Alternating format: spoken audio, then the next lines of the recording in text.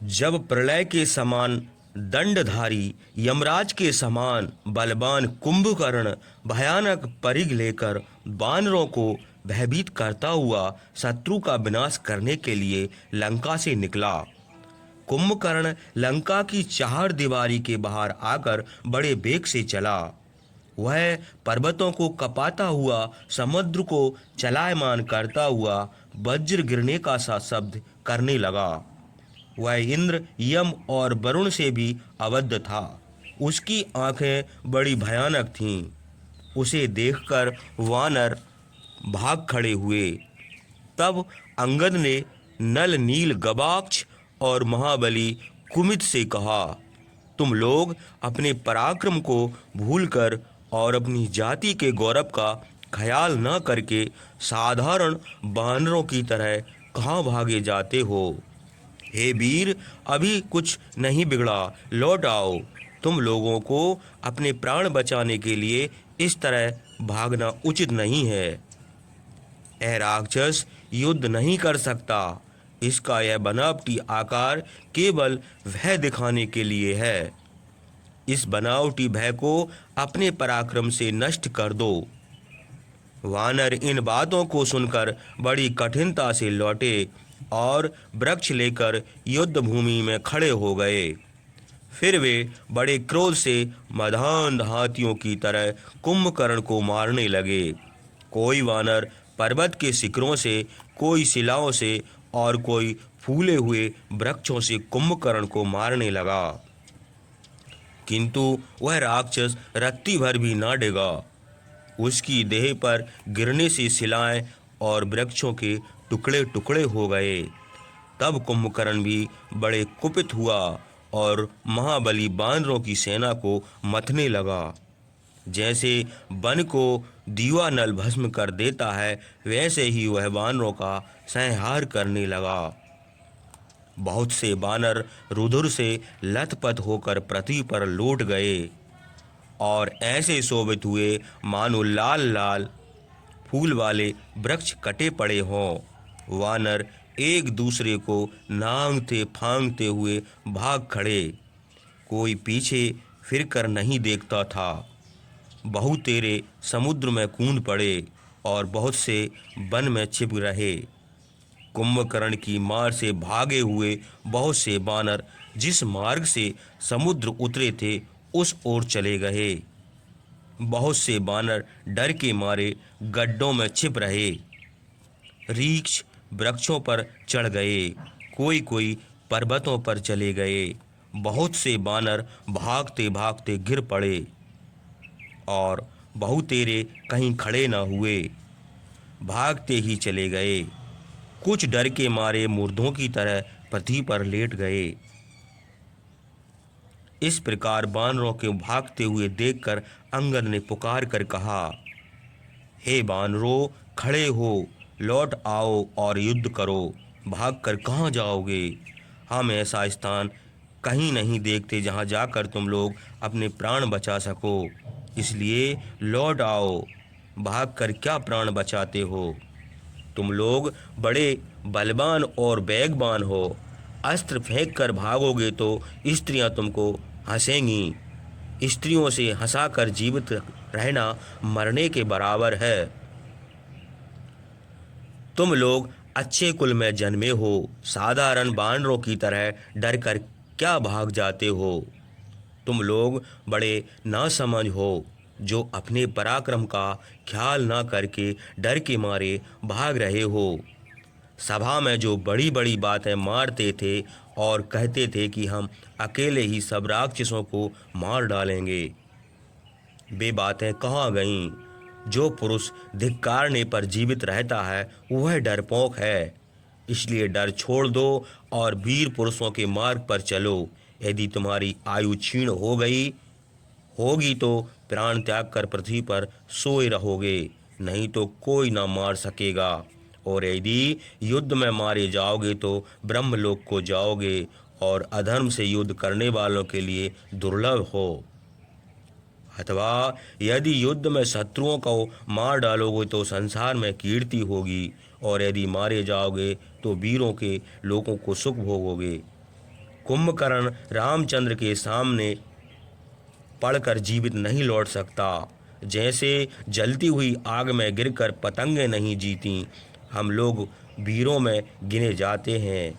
यदि कुंभकर्ण के डर से भागकर अपने प्राण बचावेंगे तो संसार में हंसी होगी। वीर अंगद की यह बातें सुनकर भागते हुए बानर इस प्रकार निंदित वचन बोले।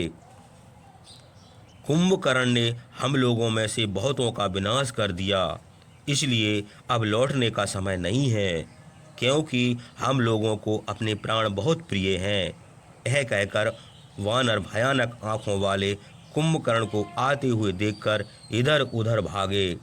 बलवान बानरों को भागते देखकर अंगद ने किसी तरह समझा बुझाकर उनको लौटाया। बुद्धिमान अंगद ने अपनी बातों से सबको प्रसन्न किया। तब वे खड़े हो गए और अंगद की आज्ञा पाने की प्रतीक्षा करने लगे। अंगद की बातें सुनकर सब बानर युद्ध की इच्छा से लौटे। बलवान अंगद की बातों से बानरों ने अपने बल पराक्रम का स्मरण किया और वे बड़े हर्ष से लौटकर मरने पर उतारू होकर युद्ध के लिए खड़े हो गए।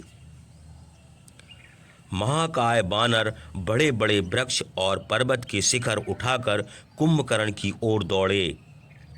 कुंभकर्ण भी कुपित होकर गदा उठाकर सब ओर से बानरों को रौंदता हुआ प्रहार करने लगा। उसकी मार से हजारों बानर पृथ्वी पर सो गए।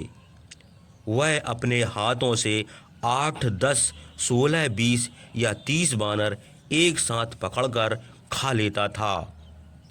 जैसे गरुड़ सांपों को खा लेते हैं, वैसे ही वह बानरों को खाने लगा और खाता हुआ युद्ध भूमि में दौड़ने लगा।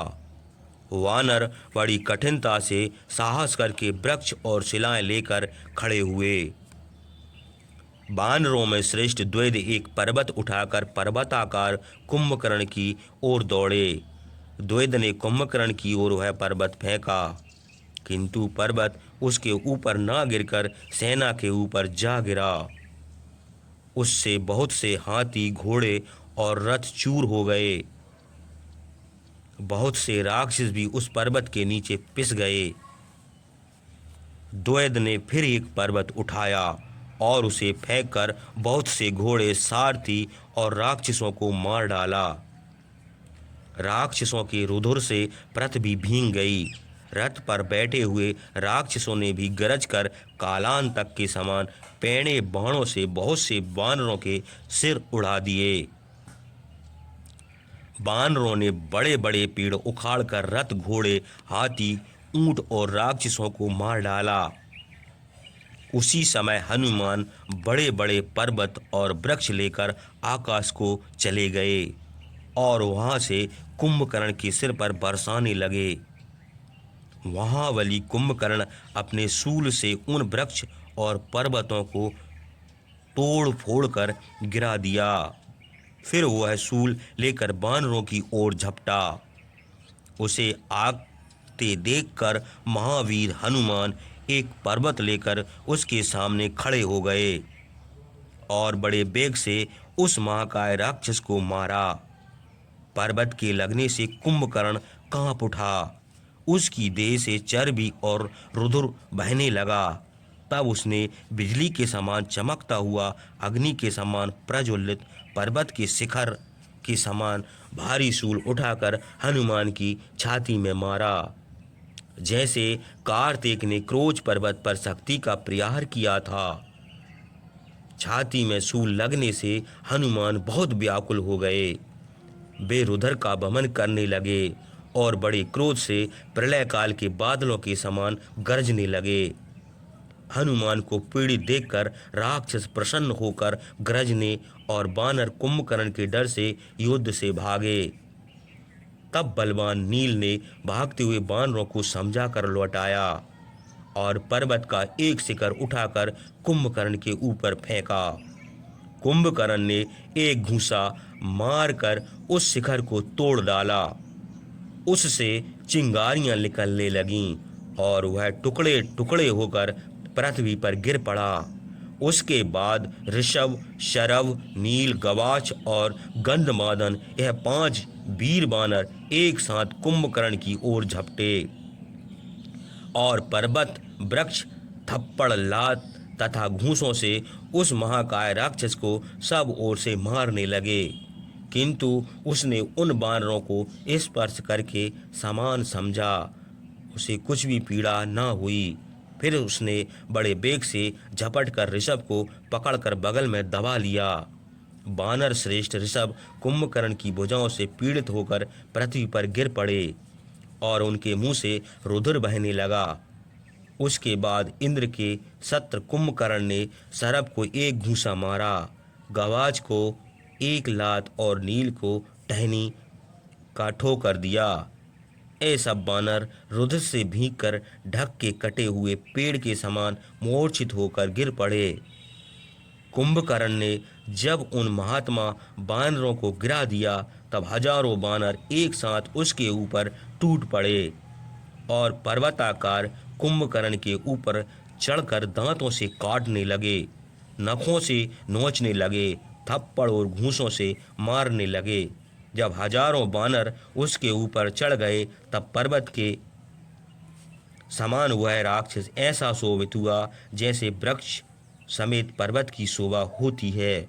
वह महाबली राक्षस क्रुद्ध होकर हाथ से पकड़कर बानरों को खाने लगा, जैसे गरुड़ सांपों को खाता है। कुंभकर्ण पाताल के समान अपने मुंह में जिन बानरों को झोंक लेता था, वह नाक और कान की राह निकल जाते थे। इस प्रकार वह राक्षस कुपित होकर बानरों को खाने और रौंदने लगा। वह प्रलय काल की अग्नि के समान क्रुद्ध होकर मांस और रुद्र का पृथ्वी पर कीचड़ करता हुआ बानरों की सेना में घूमने लगा। वज्रधारी इंद्र और हाथ में पास लिए हुए यमराज के समान महाबली कुंभकर्ण हाथ में शूल लेकर युद्ध भूमि में शोभित हुआ और जैसे ग्रीष्म ऋतु में अग्नि सूखे वन को जला देती है, वैसे ही वह बानरों का संहार करने लगा। जब बानरों के यूतब मार डाले गए तब सेना के सब बानर डर के मारे चिल्लाने लगे। बहुत से बानर कुंभकर्ण की मार से व्यथित होकर रामचंद्र की शरण में गए।